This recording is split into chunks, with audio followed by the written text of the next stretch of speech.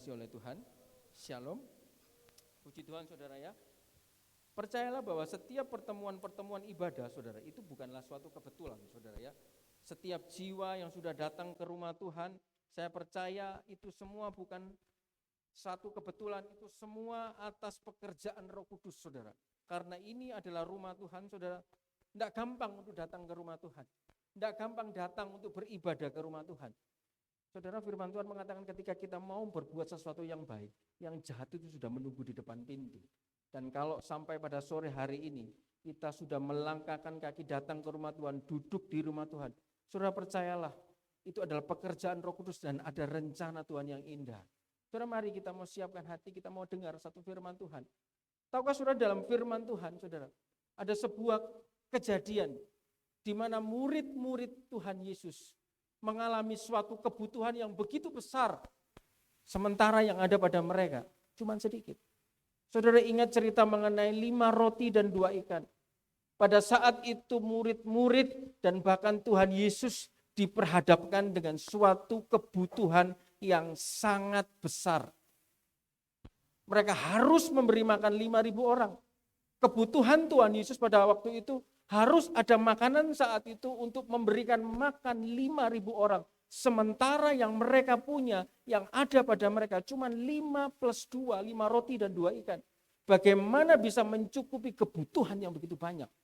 Dan bukan hanya itu saudara. Yang lebih ironis lagi, pada saat itu, di tempat itu tidak ada orang jualan makanan. Di tempat itu jauh dari sumber makanan. Dan bahkan saya bisa pastikan tidak mungkin bisa memberikan makan orang pada saat itu. Tidak usah 5.000 saudara, 100 orang pun tidak bisa. Tapi kita mau belajar saudara. Di tengah-tengah Tuhan Yesus dan murid-muridnya diperhadapkan dengan suatu kebutuhan yang besar. Sementara yang mereka punya, separuhnya saja tidak sampai. 10%-nya saja tidak sampai. Cuma 5 plus 2. Apa yang dilakukan Tuhan Yesus? Yang dilakukan Tuhan Yesus, saudara, dia tanya sama murid, apa yang ada padamu? Saudara, murid-murid ini adalah ring satu. Orang terdekatnya Tuhan Yesus pun tidak bisa membantu untuk memenuhi kebutuhan, untuk menolong Tuhan Yesus. Yang dilakukan Tuhan Yesus, orang terdekat sudah tidak bisa membantu. Yang dia punya cuma 5 plus 2. Tapi kita mau belajar, yang dilakukan Tuhan Yesus, dia menengadah ke atas. Dia mengucap syukur. Tahukah saudara, ada musisat di balik ucapan syukur. Musisat itu terjadi ketika kita sedang mengucap syukur. Dengan kita mengucap syukur saudara, Tuhan Yesus sedang mau mengajarkan sesuatu kepada kita. Dia tidak memperhatikan yang kelihatan. Yang kelihatan memang cuma 5 plus 2. Yang kelihatan 5.000 orang harus diberi makan. Tapi dia tidak memperhatikan yang kelihatan. Dia tidak memperhatikan yang dia punya. Dia lebih memilih untuk mengucap syukur. Dan ketika dia mengucap syukur, saudara tahu apa yang terjadi? Yang dia punya, tidak dia makan sendiri. Dia pecah, dia bagi. Dan ketika dibagi, 5 plus 2 bisa mencukupi 5.000 orang. Laki-laki belum termasuk perempuan dan anak-anak. Dan bahkan sisa 12 bakul. Saudara mungkin pernah mengalami seperti yang dialami Tuhan Yesus. Diperhadapkan dengan sebuah kebutuhan yang begitu besar. Diperhadapkan dengan sesuatu yang besar sementara kekuatan saudara jauh dari itu. Sementara yang saudara punya jauh daripada itu. Kita mau belajar saudara. Dengan kekuatan mengucap syukur. Itu berarti saudara mengakui kedaulatan Tuhan. Saudara mengakui keajaiban Tuhan. Saudara mengakui dia Allah satu-satunya yang sanggup membuat mukjizat. Tuhan tidak melihat yang kelihatan. Saudara, saya merenungkan, saya berdoa Tuhan apa yang mau saya sampaikan pada sore hari ini. Tiba-tiba keluar satu perkataan. See and see. Jangan melihat yang kelihatan. Jangan perhatikan yang kelihatan. Karena yang kelihatan itu cuma sementara. Yang tidak kelihatan itu adalah kekal. Sampai kemarin bahkan saya harus puasa. Tuhan apa yang harus disampaikan? See unseen. Perhatikan yang tidak kelihatan. Jangan memperhatikan yang kelihatan. Mungkin yang kelihatan ini kecil, mungkin yang kelihatan ini susah, mungkin yang kelihatan ini tidak mungkin yang kelihatan ini menyakitkan. Mungkin yang kelihatan ini mungkin membuat hidup kita ini tersalib, saudara. Kata firman Tuhan, kita mau buka dalam 2 Korintus 4 ayat 18. Jangan memperhatikan yang kelihatan. Kita akan buka, saudara, sama-sama kita akan mulai kebenaran firman Tuhan ini di dalam 2 Korintus 4. 2 Korintus 4 ayat yang ke-18. Saya tunggu sampai semua bisa membuka. 2 Korintus 4 ayat yang ke-18. Saya tunggu sampai semua bisa ketemu. 2 Korintus 4 ayat 18. Saya akan bacakan buat saudara demikian bunyi kebenaran firman Tuhan. Ayat 18.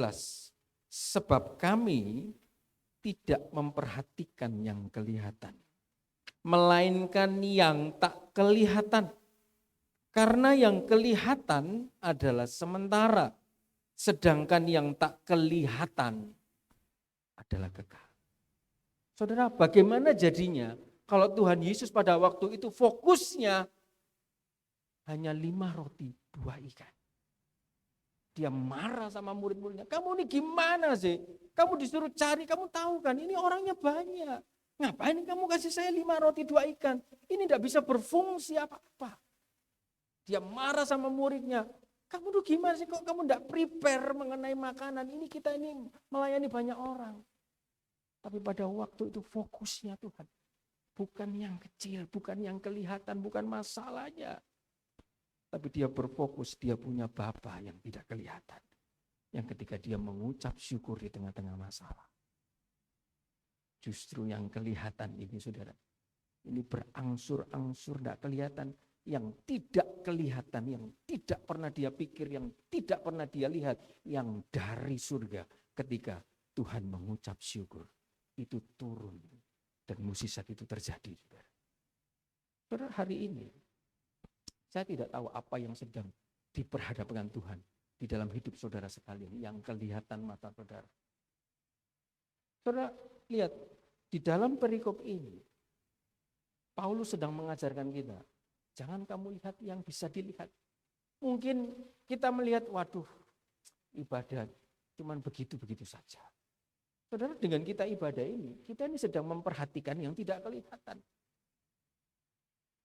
Kadang ada orang lebih milih jalan-jalan, lebih milih yang kelihatan, lebih enak jalan-jalan, lebih enak shopping-shopping. Waktu gereja ya percuma gereja itu aku datang pulangnya sama saja. Saudara, di dalam perikop ini dikatakan jangan tawar hati. Juga waktu menghadapi maut. Tadi pagi, saudara. Roh Kudus berbicara pada waktu Bapak Gembala berbicara. Orang menjadi murtad karena dia lamban dalam hal mendengar. Tiba-tiba Roh Kudus membukakan. Kamu lihat, orang itu bisa budak karena 2 hal. 1, karena dia tambah lama lanjut usianya, segala macam yang jasmaninya mulai turun, atau ada sesuatu yang dari luar masuk. Terlalu banyak konsumsi obat-obatan sehingga membuat pendengarannya itu tuli, lamban dalam hal mendengar. Saudara, tiba-tiba Tuhan berbicara. Kenapa orang tidak bisa mendengar? Karena hatinya sudah tawar. Mau disampaikan apapun, firman Tuhan model apapun, kata-kata yang keras, menghibur atau apapun, kalau tawar, saudara, pulang gereja tetap bisa marah. Pulang gereja tidak terima apa-apa karena hatinya tawar. Saudara, ketika saudara berpuasa, tubuh jasmani ini sedang dimatikan. Saudara. Kadang kalau orang berpuasa, kelihatannya hidup, kelihatannya dia masih bernapas, tetapi lemes, saudara. Karena jasmaninya ditekan, saudara. Berusaha dimatikan. Rohaninya dinaikkan. Tetapi apa jadinya? Kalau hidup orang yang hidupnya tawar, saudara. Sehingga ketika dia tawar, tambah lama dia tambah tawar, tambah jauh daripada Tuhan, lama-lama dia murtad, saudara. dimulai dari hati yang tawar, dimulai dari hati yang udahlah, enggak usah terlalu fanatik lah. Ya ibadah cuman ya sudahlah, cukup lah ibadah, pokoknya sekedar 1 minggu aku ibadah cukup lah. Dimulai dari yang tawar ini, saudara. Sehingga tambah lama, tambah tidak dibereskan, semakin dalam tawarnya, tambah dibawa lari sama iblis. Sehingga yang tadinya kelihatan dosa, wah ini enggak dosa kok. Saudara, Bapak Gembala saja tadi menyaksikan, hanya dengan nonton satu tontonan, hatinya enggak enak. Saudara. Karena orang mengerti banyak, dituntut banyak. Tapi berapa banyak orang yang hatinya mulai tawar, yang tahu itu dosa, tapi ketika dia melakukan, dia tidak punya perasaan apa-apa. Tahu itu salah, saudara. Karena mulai tawar. Saudara, pada sore hari ini, kita mau melihat, Paulus sedang berbicara mengenai apa yang tidak kelihatan ini. Dikatakan, saudara, sebab kami tidak perhatikan yang kelihatan. Saudara, yang kelihatan ini bahasa aslinya itu adalah blepo. Blepo itu adalah segala sesuatu yang bisa dilihat oleh mata, bisa dirasa oleh hati, bisa dipikir oleh pikiran kita, dan bahkan bisa didengar oleh telinga. Saudara, mata, telinga, hati, dan pikiran itu adalah satu sistem jasmani. Orang kalau normal, berfungsi normal, saudara. Saya ngomong begini pasti saudara dengar, saudara. Mungkin tadi pagi firman-Nya bagi orang-orang yang merasa kelihatan keras, saudara. Hatinya pasti kena des, saudara. Ada rasa yang keluar, saudara. Mata mungkin melihat tontonan-tontonan itu mungkin ada feeling hati yang keluar. Karena itu adalah respon jasmani. Jadi yang kelihatan itu atau blepo, segala macam respon jasmani yang bisa muncul. Paulus sedang berbicara. Kamu jangan perhatikan itu. Saudara, apa? Kita mau masuk lebih dalam lagi. Saudara. Yang kelihatan ini apa? Saudara, ternyata kalau kita memperhatikan yang kelihatan, itu bisa memulai menenggelamkan kita. Contoh, saudara ya. Hari Minggu kita ini ibadah. Pagi, sore, ya sudah kita nyanyi, kita dengar firman. Tapi yang di pikiran kita, waduh hari Senin aku harus bayar. Hari Senin aku harus keluar uang. Hari Senin saya harus menghadapi masalah. Hari Senin nanti saya harus ketemu ini atau pulang rumah ini. Waduh aku ketemu istriku yang model begini. Aku ketemu suamiku, aku ketemu orang tuaku, aku ketemu anak-anakku yang model seperti ini. Di pikirannya hanya berpikir yang kelihatan. Tahukah saudara? Ketika fokus kita hanya yang kita bisa lihat. Di dalam Matius 14 ayat 30 ternyata saudara, yang kelihatan ini bisa menenggelamkan kita. Karena tanpa sadar, ketika tubuh jasmani saudara ada di gereja, tapi pikiran saudara sedang fokus kepada yang kelihatan, masalah, problema, kesusahan, sakit penyakit, kekurangan saudara, ketidakcukupan. Fokus kita pada yang kelihatan, yang sementara Tuhan izinkan. Kita bisa lihat, kita bisa rasa, kita bisa dengar.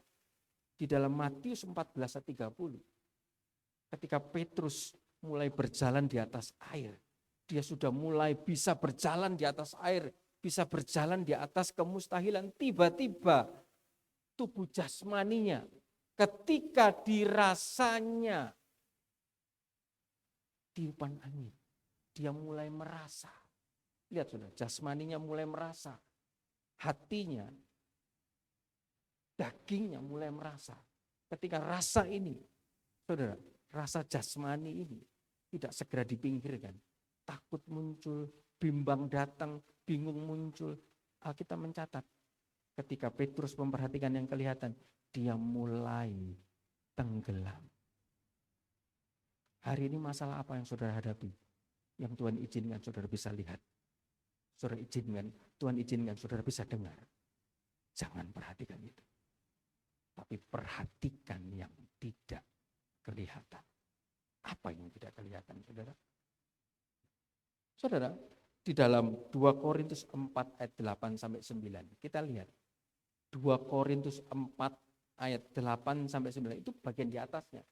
Ini Paulus sedang menulis surat kepada orang-orang di Korintus, saudara, kesaksiannya Paulus, lihat yang dialami oleh Paulus. 2 Korintus 4 ayat 8 sampai 9 dikatakan, dalam segala hal, lihat saudara, dalam segala hal kami ditindas, namun tidak terjepit. Kami habis akal, namun tidak putus asa. Kami dianiaya, namun tidak ditinggalkan sendirian.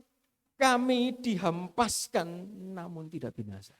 Lihat saudara, apakah saudara mengalami yang dialami oleh Paulus? Yang kelihatan oleh saudara saat ini, yang saudara alami saat ini, apakah seperti Paulus? Lihat, di tengah-tengah yang dialami Paulus, Paulus bisa berbicara, aku tidak mau memperhatikan yang kelihatan itu. Apa yang kelihatan bagi Paulus? Dikatakan, dalam segala hal kami ditindas. Saudara, kami ditindas ini, bahasa Inggrisnya trouble on every side. Dia mengalami kesusahan, masalah di segala macam sisi. Maju salah, mundur salah, kiri salah, kanan salah. Semuanya masalah. Trouble in every side. Kami ditindas, dalam bahasa asingnya ada telibo. Dia mengalami kesusahan, dia mengalami kesesakan, dia mengalami penderitaan, dia mengalami himpitan. Tapi karena dia belajar tidak memperhatikan yang kelihatan, dikatakan biarpun dia mengalami telibo, dia dikatakan aku tidak terjepit. Saudara, dalam bahasa Inggrisnya enak, saudara. Trouble on every side, but not stress. Dia mengalami kesusahan di berbagai macam sisi, tapi tidak stres. Itu ciri orang yang memperhatikan yang tidak kelihatan. Masalah boleh dia alami, kesusahan, kekurangan, himpitan, sesak, saudara. Mungkin ditindas, diomongin orang, tidak enak hatinya, dengar sesuatu yang tidak enak. Saudara, dia santai. Karena perhatiannya fokusnya bukan telibo ini. Dia fokusnya kepada yang tidak kelihatan. Nanti kita mau belajar apa yang tidak kelihatan. Dan bukan hanya itu, saudara. Dikatakan kami habis akal. Saudara pernah mengalami habis akal? Waduh, aku sudah pakai cara A, cara B, cara C. Sudah tidak bisa. Mau berpikir pakai akal tidak bisa. Saudara, di sini Paulus juga mengalami kami habis akal, oporeo. Dia mengalami keadaan bingung. Dia mengalami keadaan yang ragu-ragu. Ini harus ke kanan atau harus ke kiri?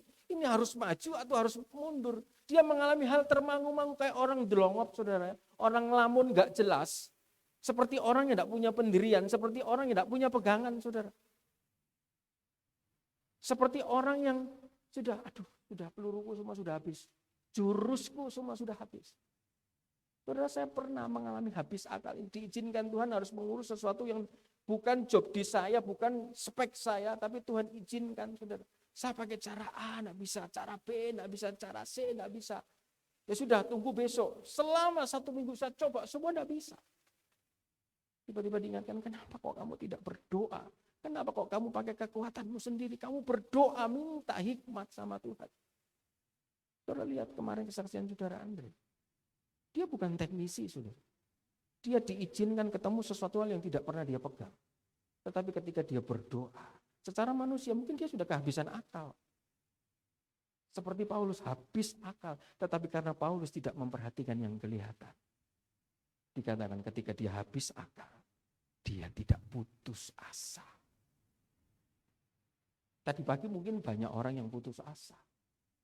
Untung tadi pagi saya juga tidak putus asa. Saudara. Sebelum berangkat istri saya sudah mengingatkan, kok Bu, jalan lewat Simolawang nanti dibuntu. Soalnya kan ada kegiatan. Saudara, hari ini kan banyak kurban. Saudara. Saya ikut.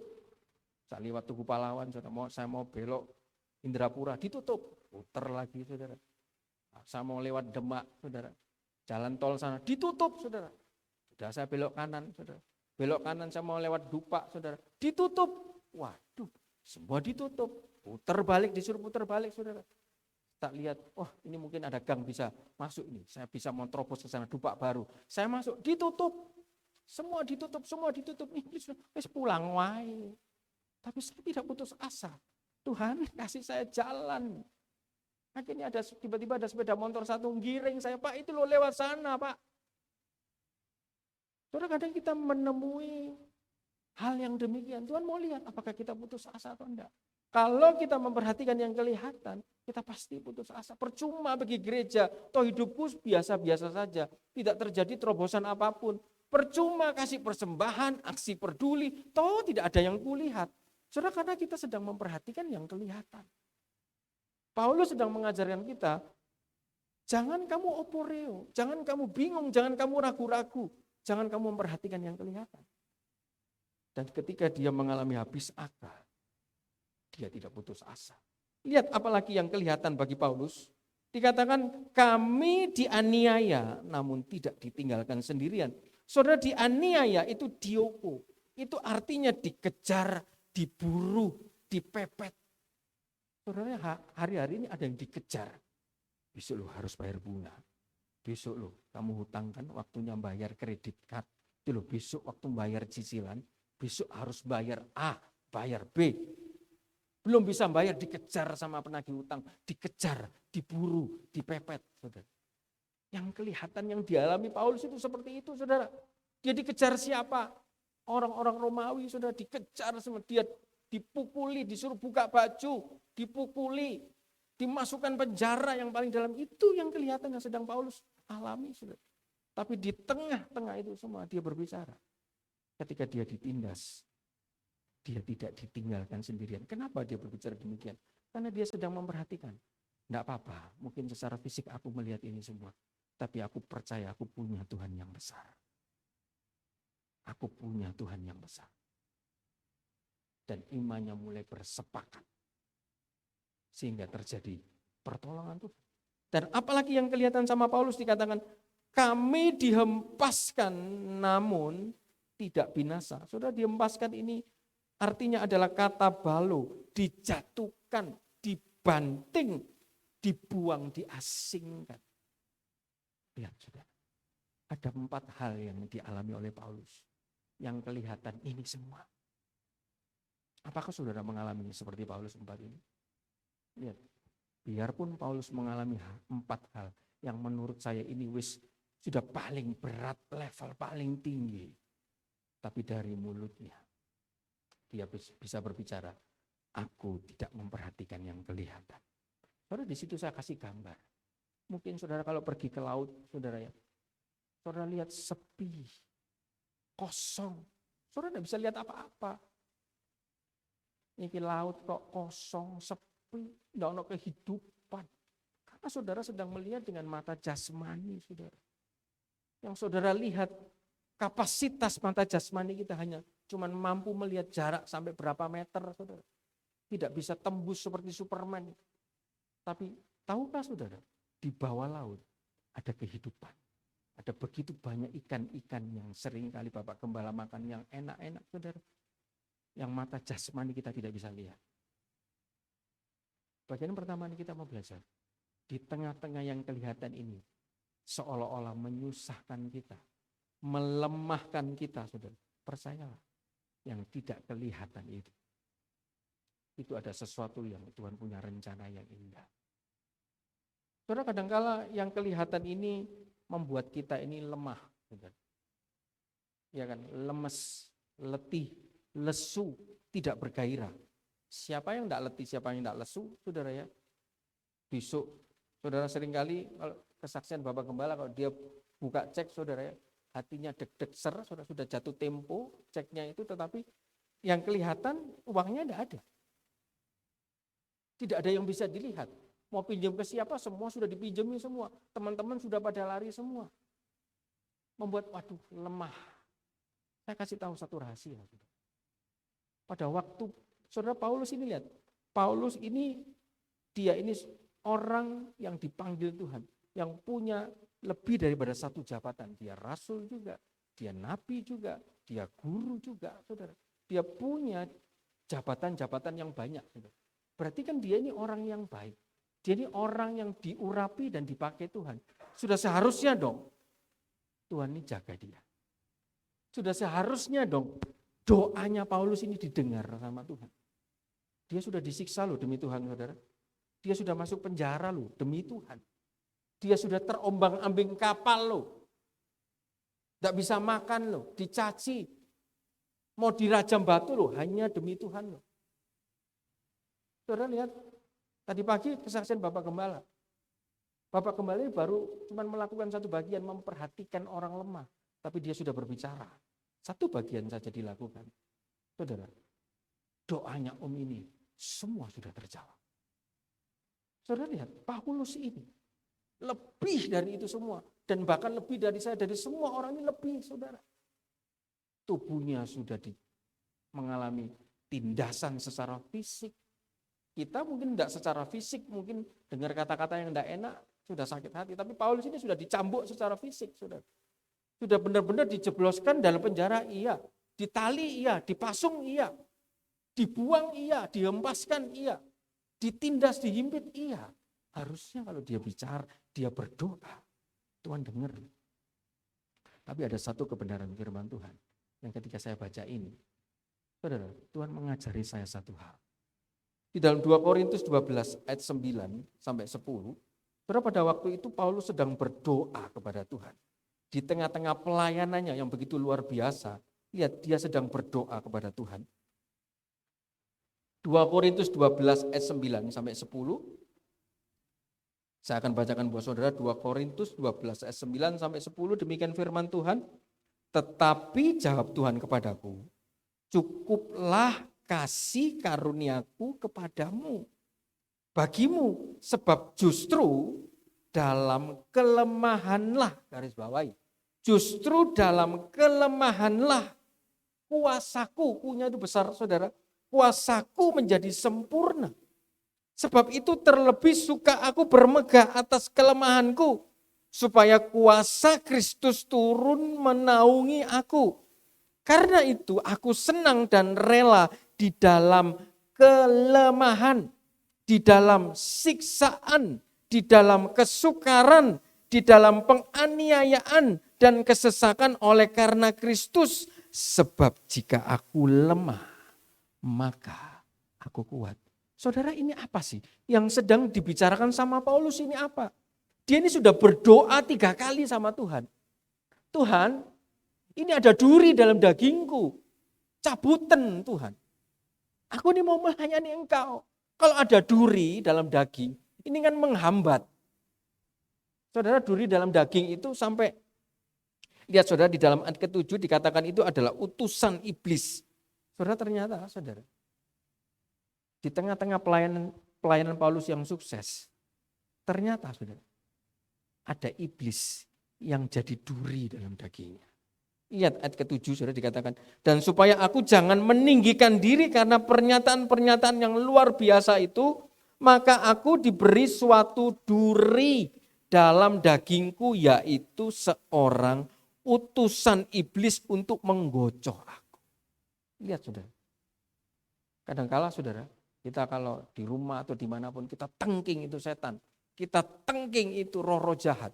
Tapi lihat saudara, Paulus ini sudah dibawa Tuhan ke surga tingkat ketiga. Luar biasa kan orangnya.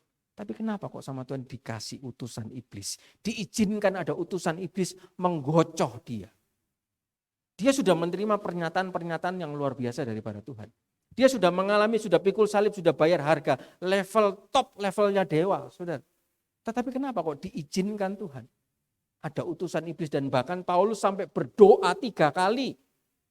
Ayat ke-8 dikatakan, tentang hal itu aku sudah 3 kali berseru kepada Tuhan. Tuhan tolong Tuhan, aku ini mau ngelayani. Lek mbok kasih orang model seperti ini nanti hatiku bisa pahit Tuhan, minggirno orang ini. Tuhan, aku ini mau melayani, kalau aku mau memberi, kalau kamu tidak memberkati aku, ya apa caranya aku memberi? Saudara, kadang kita jangan cepat-cepat tengking, saudara.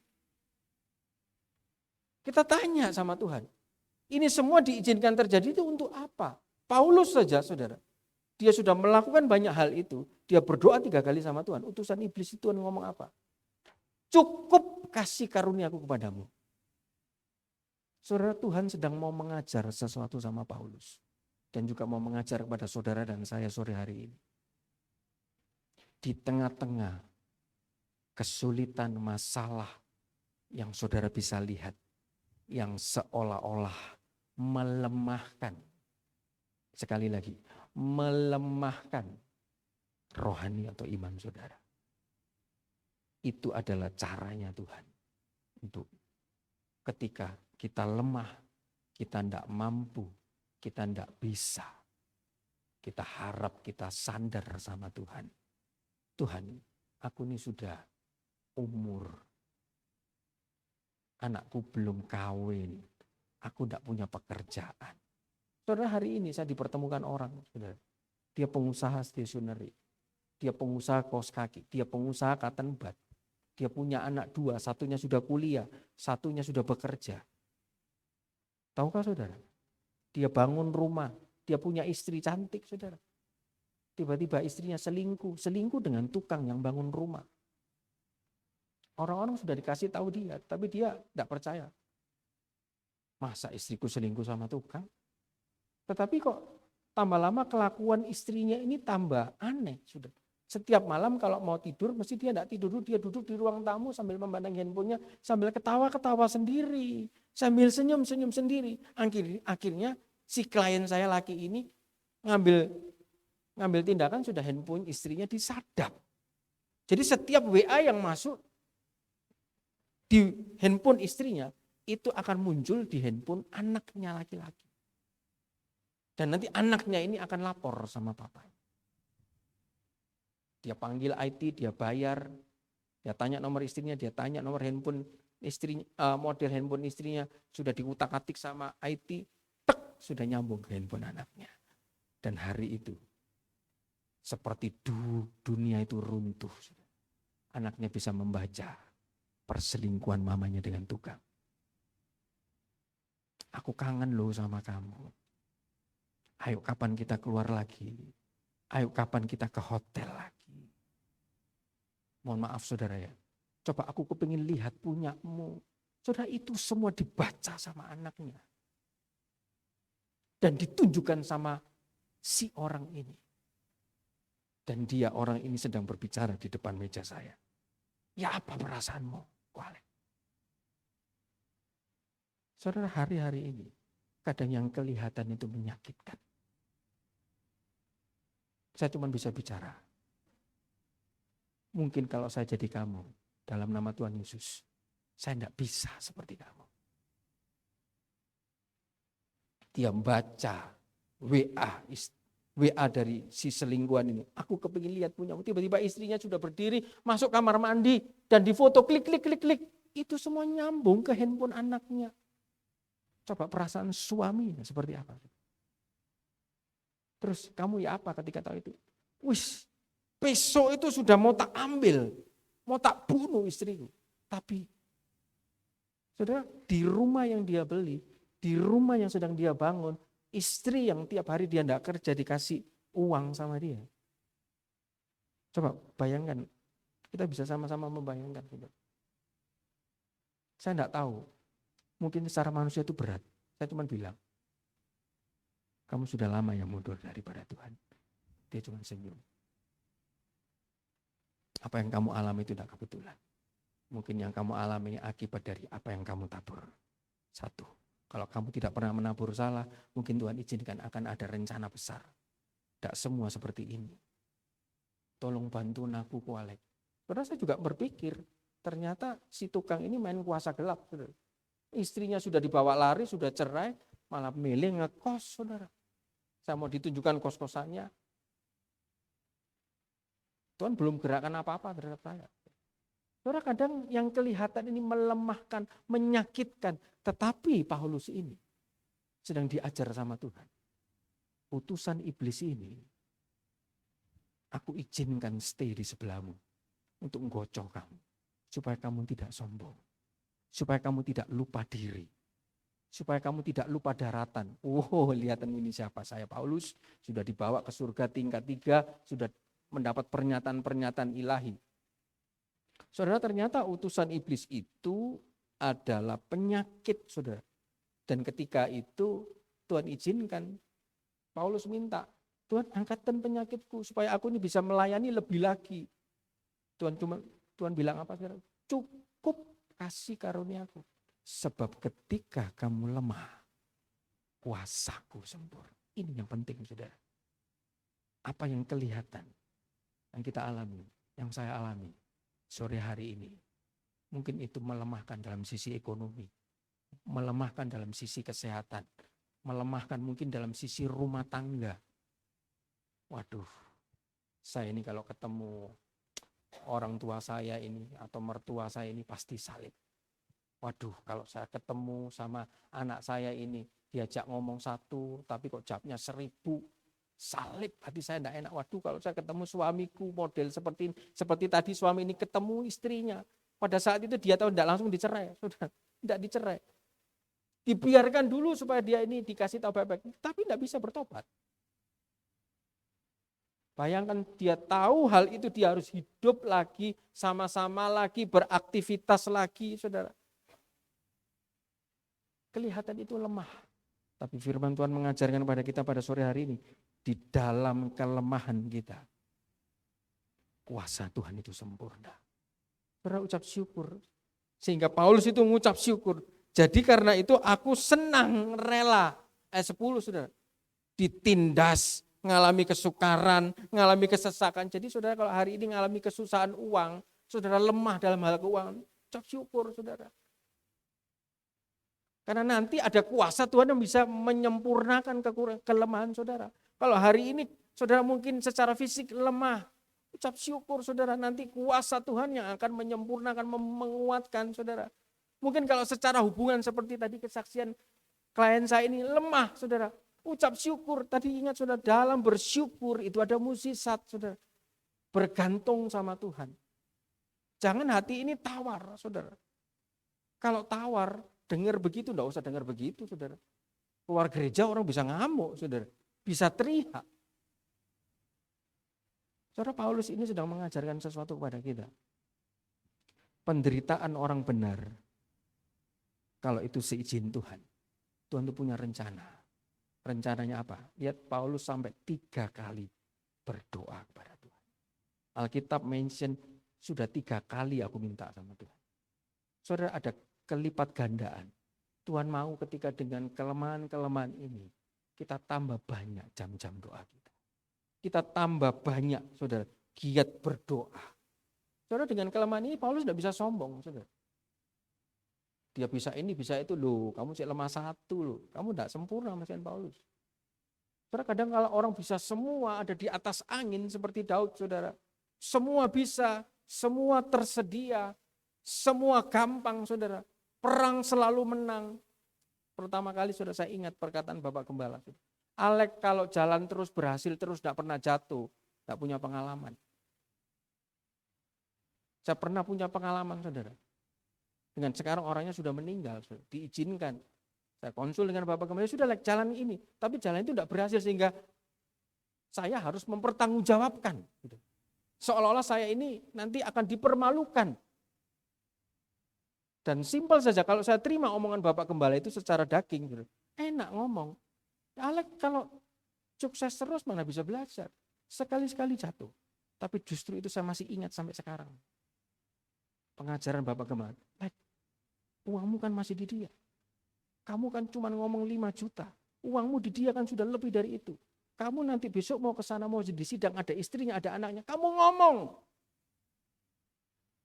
Balikan keadaan ini. Saudara, saya tidak pikiran saya pada waktu tidak terjangkau seperti itu.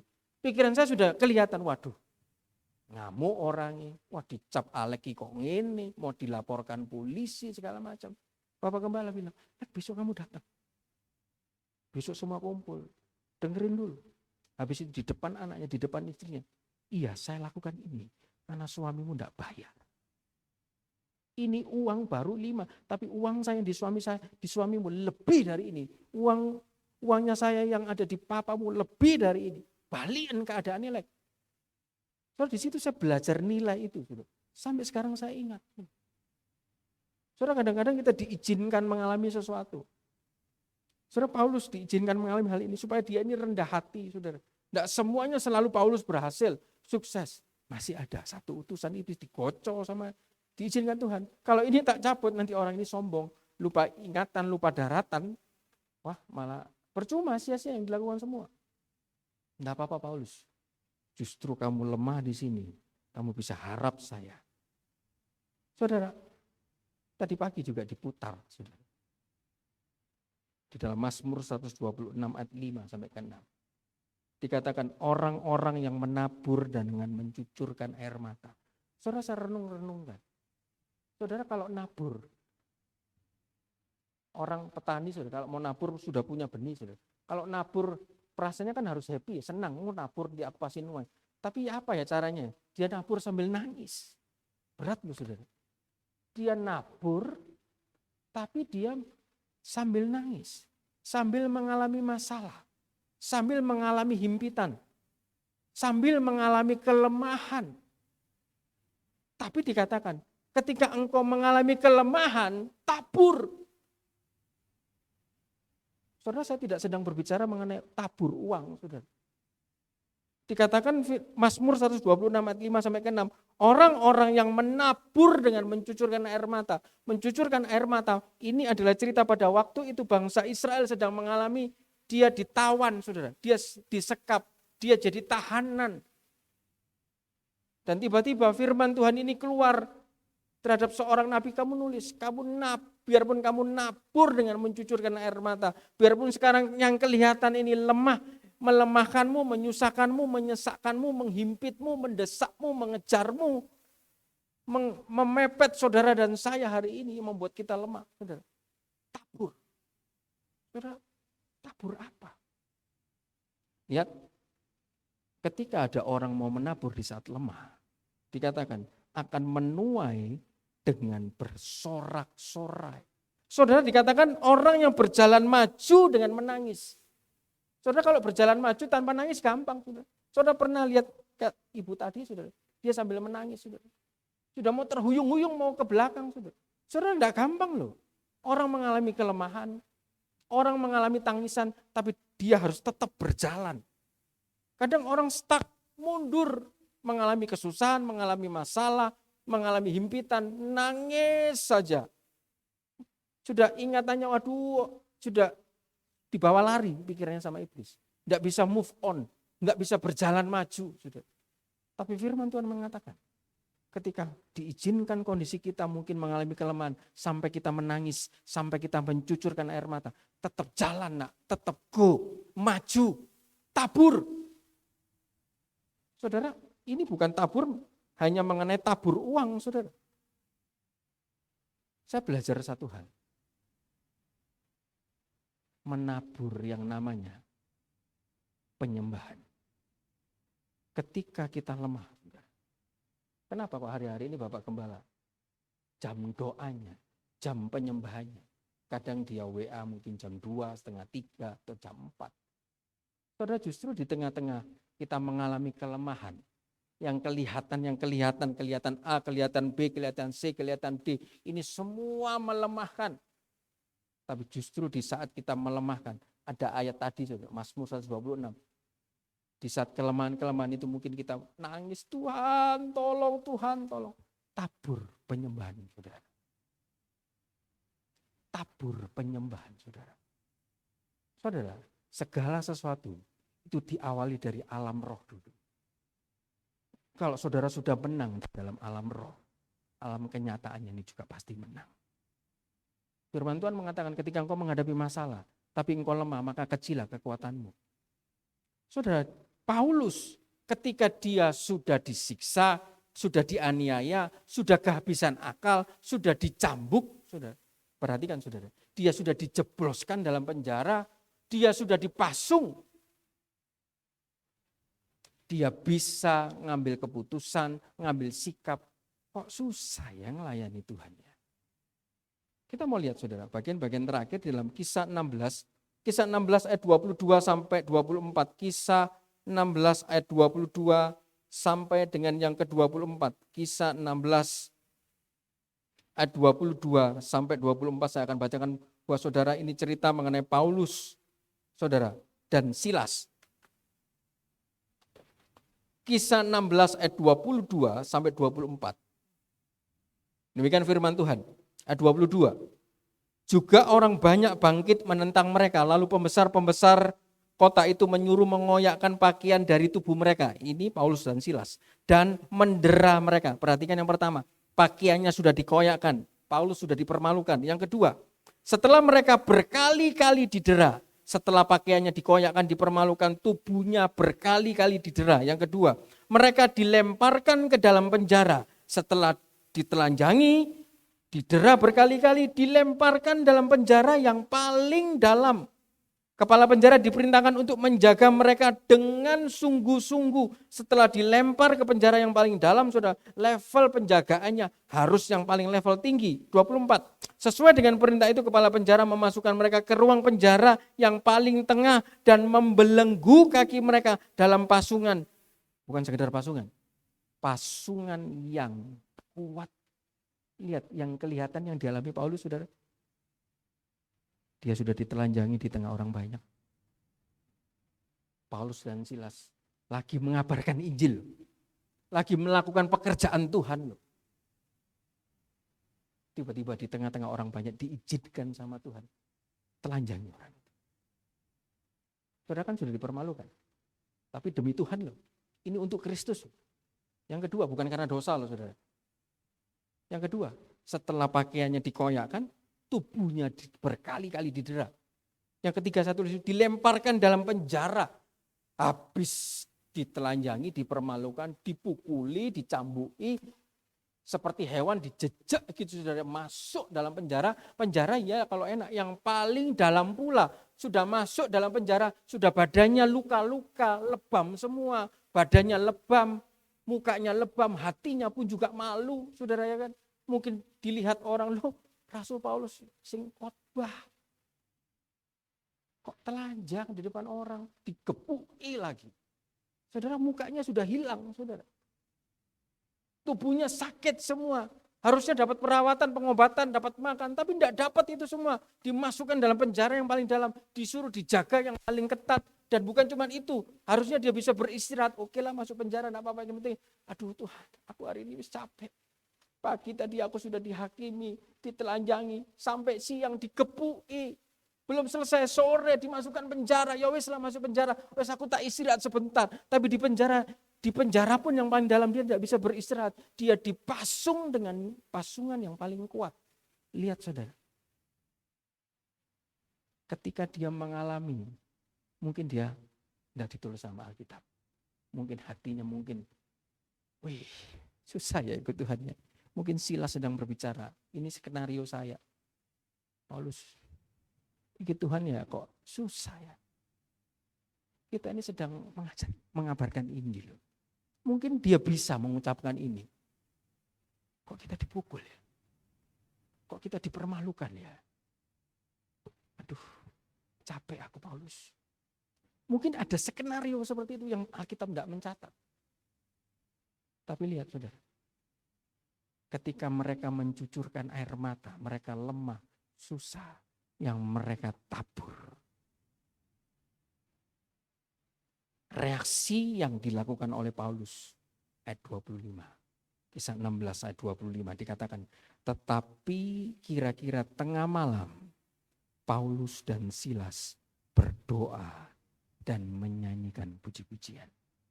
Lihat, di tengah kelemahan mereka, di tengah yang kelihatan pakaiannya dikoyak, dipermalukan, kelihatan. Yang kelihatan dia dipukuli, kelihatan. Yang kelihatan dia dimasukkan, dijebloskan penjara, kelihatan. Ada pasungan yang kuat, kelihatan. Tetapi yang kelihatan yang menyusahkan, melemahkan, dan bahkan mungkin kalau dia perempuan, dia nangis, saudara. Dia tabur penyembahan. Dia tabur doa. Dia tabur ucapan syukur. Saudara, di tengah-tengah yang kelihatan yang saudara dan saya alami, taburlah penyembahan kepada Tuhan.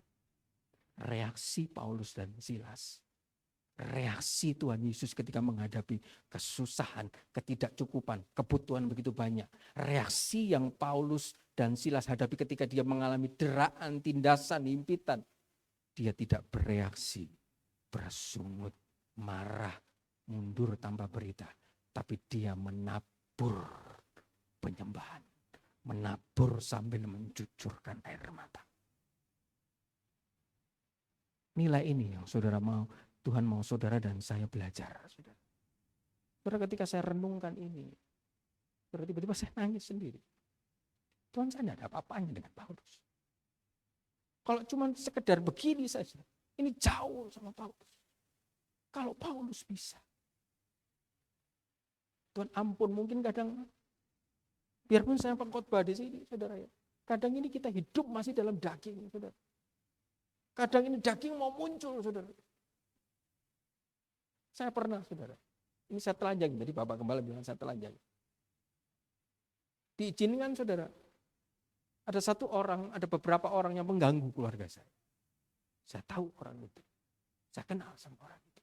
Diizinkan dalam satu ketika saya ketemu dengan orang itu. Yang selama ini membuat kacau dalam rumah tangga saya. Biarpun saya pengkhotbah ini, selama ini saya cuma diem. Lihat keluarga saya susah. Lihat keluarga saya menangis. Lihat keluarga saya sakit. Saya cuma bisa diem. Tapi satu ketika diizinkan, saya ketemu dengan orang ini. Di dalam satu perkumpulan. Tiba-tiba, saudara, itu suara begitu kencang. Kamu hampiri dia. Dia yang sudah menyusahkan keluargamu. Mic-nya ambil, tutuin kepala nih. Pergi kamu dari situ. Saudara, saya tahan. Istri saya, kok kenapa kok? Sudah kamu diam. Saya perang, saudara. Dalam nama Tuhan Yesus, keluar. Dalam nama Tuhan Yesus, keluar. Sampai ada orang lihat saya, tadinya Ale kalau saya ketemu dia itu bahagia. Tapi kalau lihat dia kok, bulu kudus saya berdiri ya. Saya itu lagi perang, saya lagi ikat daging saya. Saya sudah mau keluar dari bangku saya, saudara. Saya sudah mau jalan. Tidak apa-apa, permalukan dia. Tidak, dalam nama Tuhan Yesus, tidak. Saya diam saja, saudara. Saya kalahkan itu daging. Saudara, saya yang sudah berdiri di sini loh. Semua kita punya daging, saudara. Tapi di saat kelemahan itu datang, kita mau belajar reaksi kita. Tabur penyembahan, saudara.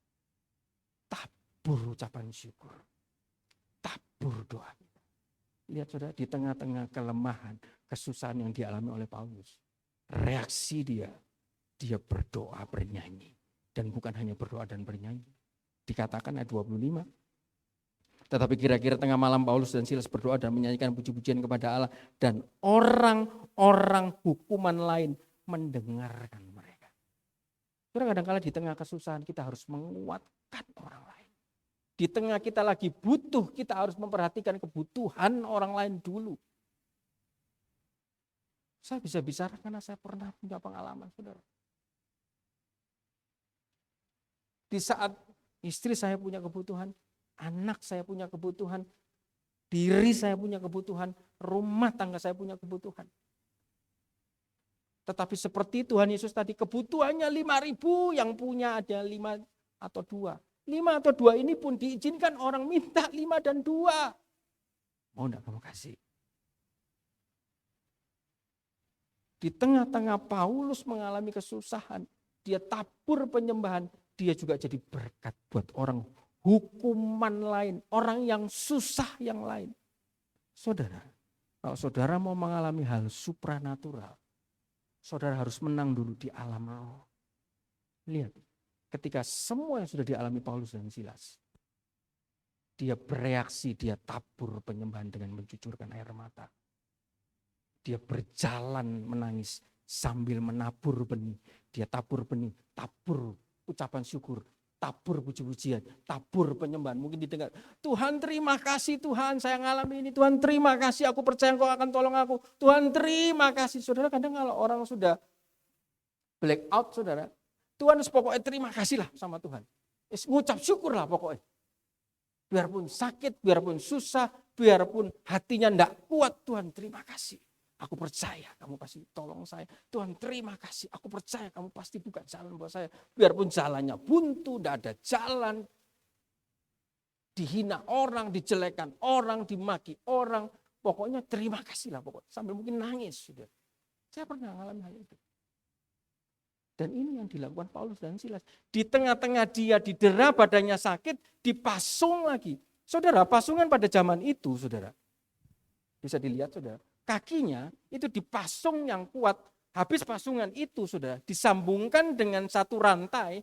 Dan rantai itu dihubungkan dengan satu kait di dalam tembok. Dan kait itu sudah dibeton, sudah dicor dalam tembok. Dan tidak mungkin bisa lepas saudara.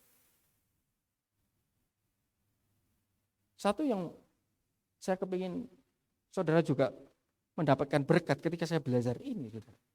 Saudara saya renung-renungkan. Tubuh Paulus itu sakit.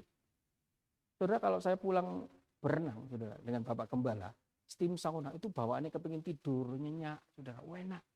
Tapi bayangkan, dari pagi sudah dipermalukan, dikepui. Habis dikepui, mungkin dijejeki saudara ya, masuk penjara. Habis masuk penjara mungkin bayangannya rebahan. Enggak, dipasung, dirantai. Dan di saat itu, dia berdoa dan bernyanyi, menyembah kepada Tuhan. Dia kalahkan itu semua yang kelihatan ini secara alam roh. Dan tiba-tiba lihat ketika Paulus dan Silas bereaksi seperti itu. Pasungan yang tadi Alkitab catat yang kuat. Ada hal yang supranatural terjadi. Saudara tiba-tiba dikatakan di dalam ayat 26. Akan tetapi terjadilah gempa bumi yang hebat. Sehingga sendi-sendi penjara itu goyah. Ini masih normal. Dan seketika itu juga terbukalah semua pintu. Ini mungkin masih bisa masuk logika. Dan terlepaslah belenggu mereka semua. Saudara, padahal rantai itu tersambung di tembok. Kalau gempa harusnya temboknya retak, itu rantainya lepas saudara. Tapi pasungannya tidak bisa lepas dong.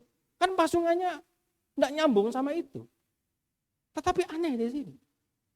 Tiba-tiba ketika mereka mengalami kelemahan, kesusahan, himpitan, masalah yang begitu berat, mereka tabur dengan cucuran air mereka tabur penyembahan, mereka bereaksi sesuai dengan firman Tuhan saudara.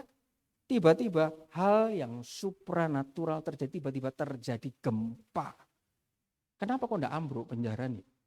Menggoyangkan sendi penjara. Kenapa kok belenggu mereka lepas? Orang yang menabur dengan mencucurkan air mata. Orang yang berjalan sambil menangis. Mereka berjalan di tengah-tengah kelemahan.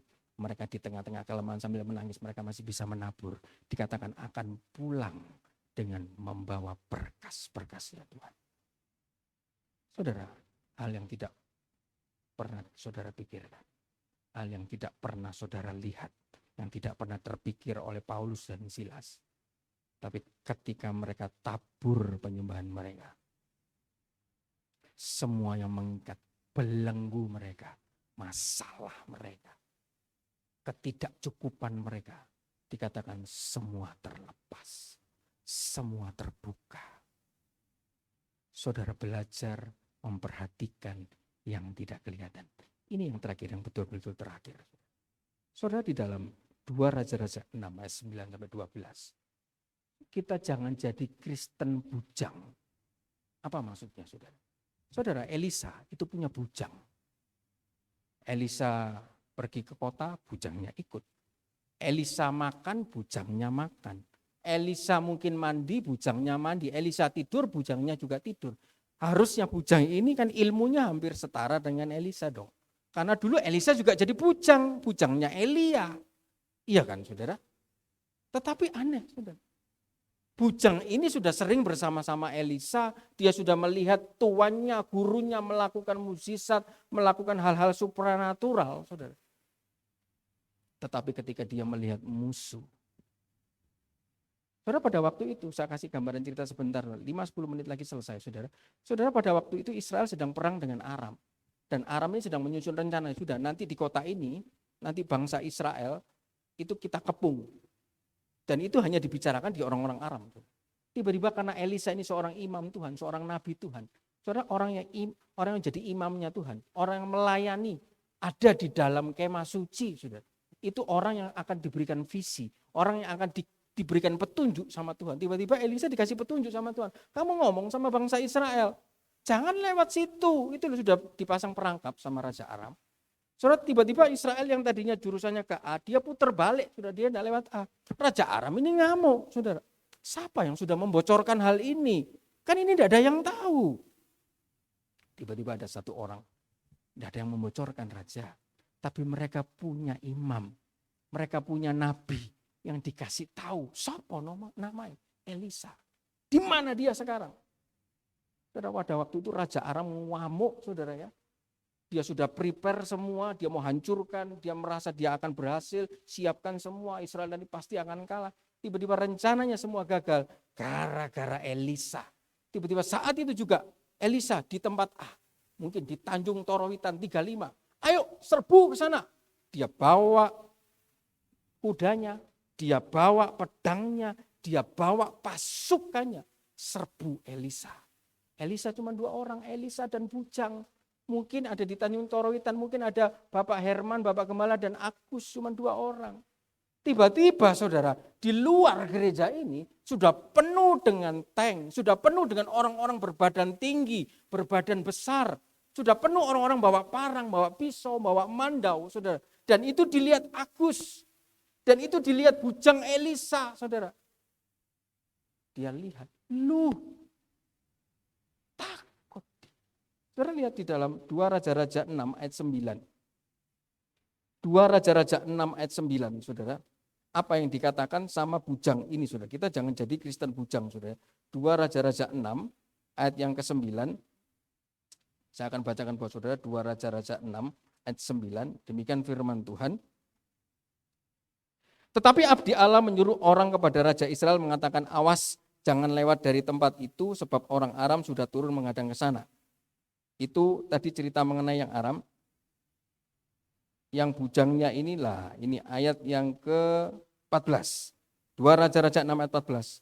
Maka dikirimnyalah ke sana kuda serta kereta dan tentara yang besar. Sampailah mereka pada waktu malam lalu mengepung kota itu. Ketika pelayan abdi Allah bujangnya Elisa, bangun pagi-pagi dan pergi keluar, maka tampaklah suatu tentara dengan kuda dan kereta ada di sekeliling kota itu.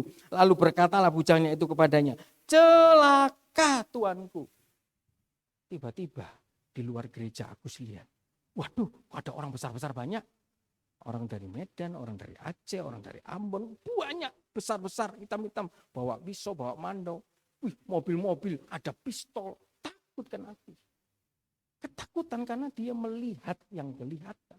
Tiba-tiba di atas Bapak Gembala cuma senyum-senyum, siul-siul sambil makan jeruk, saudara ya. Kenapa Agus? Bapak Gembala itu, Bapak itu di luar banyak orang. Cuman disenyumin sama, loh kok senyum ini Bapak Gembala? Kok senyum tok ini Elisa? Lihat saudara yang dilakukan bujang ini. Apakah yang akan kita perbuat? Jawabnya Elisa. Jangan takut sebab lebih banyak yang menyertai kita daripada yang menyertai mereka. Lalu berdoalah Elisa, ya Tuhan bukalah kiranya matanya supaya ia melihat. Kristen bujang hanya melihat yang kelihatan. Masalah, kekurangan, jalan tertutup, tidak ada pekerjaan, dompet habis. Kristen bujang hanya melihat, wah rekening cuma sekian. Hatinya, sukacitanya dipengaruhi rekening di bank. Saudara, saya pernah ngomong sama istri, sukacitamu jangan dipengaruhi oleh rekening bank. Itu ngisin-ngisini Tuhan. Saudara, jangan kita jadi Kristen bujang. Kekristenan kita, hati kita, iman kita dipengaruhi oleh yang kelihatan. Kalau kita hanya berpikir yang kelihatan, saudara, lihat bujang ini ngomong, celaka, jadinya celaka sungguhan. Tapi untung Elisa ini dia melihat yang tidak kelihatan, saudara. Ada gambarnya di situ, saya kasih gambar. Tentaranya banyak di bawah, saudara. Tapi Elisa ngomong, gak usah takut. Gus, tenang Gus. Lu tenang gimana Bapak Gembala? Bapak gimana itu di luar banyak orang. Tenang Gus. Itu loh, dikepung, di depan, di belakang. Semua muter ini, mau diserang. Tenang Gus, tenang. Karena Elisa melihat yang tidak kelihatan.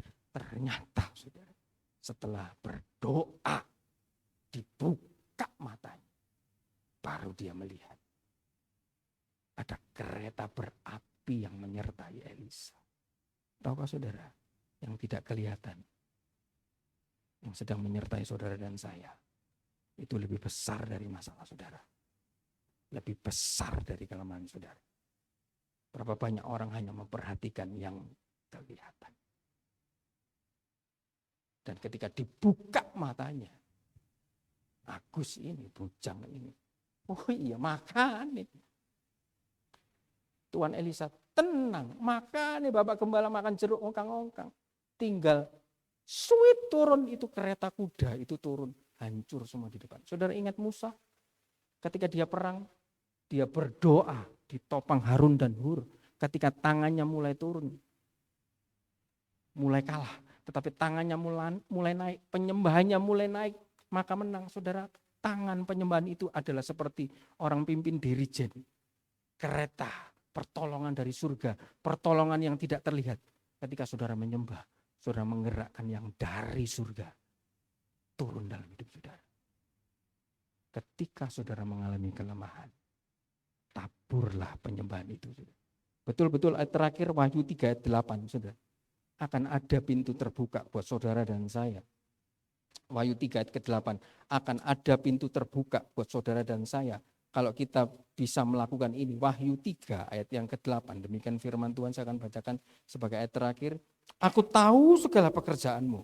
Lihatlah, aku telah membuka pintu bagimu yang tidak dapat ditutup oleh seorang pun. Aku tahu bahwa kekuatanmu, kekuatan saudara, kekuatan saya dikatakan tidak seberapa. Namun engkau menuruti firmanku dan engkau tidak menyangkal namaku. Dengan kita, saudara, biarpun rekening kita, saldo kita kecil, saudara, tapi kita ucap syukur. Kita tabur penyembahan kita, kebutuhan kita banyak, uang kita kecil, ada orang justru kita belum selesai untuk kebutuhan kita, apa yang kita punya diminta lagi sama orang itu, bukti iman. Kita ngucap syukur, kita nyembah, kita ngakui kedaulatan Tuhan, kita menang secara alam roh, saudara. Dan nanti saudara, yang di surga itu akan turun, akan ada pintu terbuka. Kalau kita menuruti firman, hidup berdasar dengan firman. Karena itu pada sore malam hari ini, jangan perhatikan yang kelihatan. Justru yang kelihatan ini kadang-kadang melemahkan kita. Ketika itu lemah, itu kesempatan saudara, tabur penyembahan. Dan ketika saudara tabur penyembahan, reaksi saudara, maka akan ada sesuatu yang supranatural yang dari surga. Akan membuka semua belenggu-belenggu saudara dan saya. Puji Tuhan, demikian firman Tuhan. Sebab bisa menjadi berkat, saya kembalikan kepada Bapak Gembala.